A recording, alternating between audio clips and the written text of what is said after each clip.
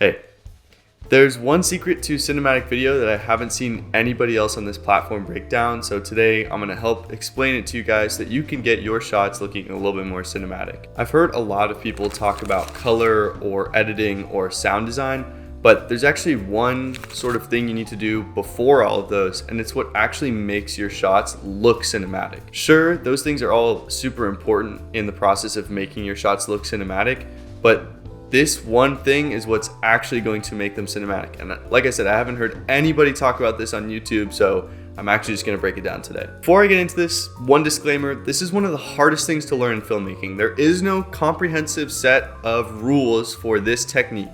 It's something you're just gonna have to learn by doing. And so instead of giving you a comprehensive guide, I'm just gonna give you the 3 most common pitfalls that people fall into when they're doing this. All right, you're still watching the video, so that means you probably want to learn what the technique is. Framing. So framing just refers to lining up the camera for each of your different shots. Now, of course, you do need color editing and regular editing and sound design to make your film cinematic. But if you don't have the base layer of framing, your shots will never be improved to the point where they look like a Hollywood feature film. Now, without any further ado, let me give you the first pitfall I see people fall into all the time in regards to framing.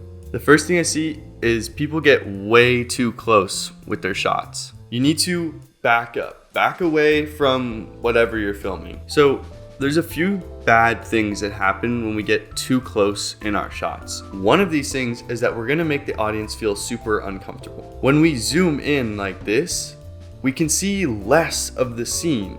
And as humans, it doesn't really feel comfortable to us. We wanna be able to see as much as possible, get as much information as possible, and that probably goes back to some caveman thing. But the important thing that we can take out of that is when we get too close, we feel uncomfortable. The audience wants to get farther away. And when we want to get farther away from a film, bad things start to happen. So push away. Another bad thing that happens with shots that are too tight is that we're going to miss important scene details. Especially when you have great talent, actors are going to be doing a lot of different things all across the scene.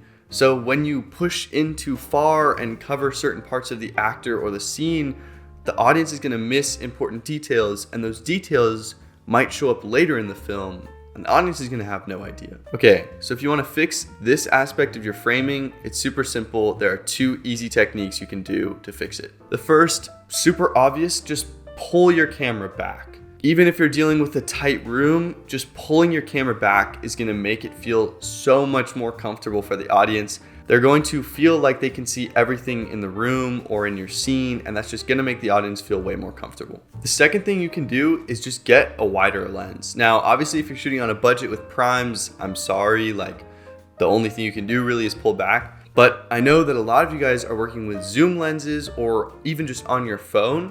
Just zoom out a little bit. It's gonna make the audience feel a lot more comfortable. So if you're too close, either pull back or zoom out. All right, that was the first pitfall. Now we're on to the second.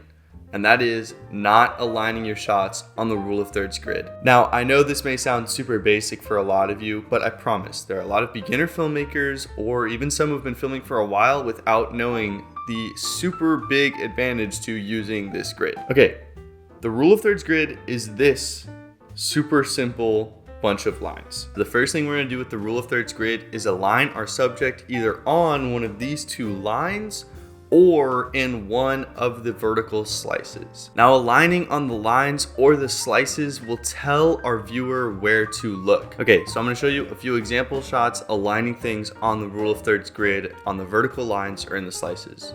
Okay, so you can see how this shot is not aligned to anything, and so it's kind of hard to tell where you're supposed to look. But then in this shot, I aligned it on the grid, and you can tell you're supposed to look at the monument.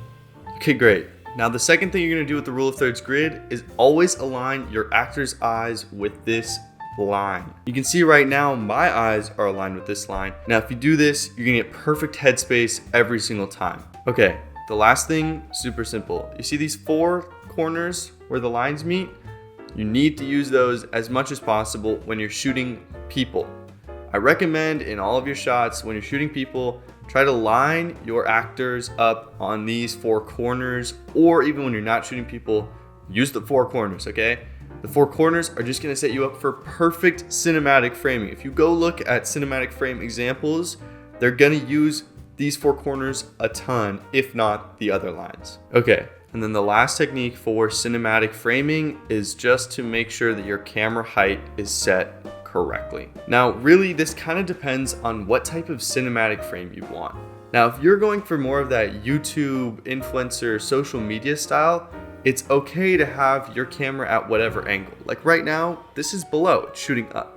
But most of the time, you're gonna want your camera at or just a little bit below eye level. You never want your camera above or too far below because it makes the audience, again, feel uncomfortable. Now, the exception to this rule is if you're going for a weird shot or an insert shot or an extreme wide shot. But other than those specific examples, if you're going for a weird shot, you want to keep the camera at eye level, a little bit below. Okay, so for example, this shot is too low and this shot is too high for cinematic use. But if we get right in the middle, you can see this is perfect, super cinematic.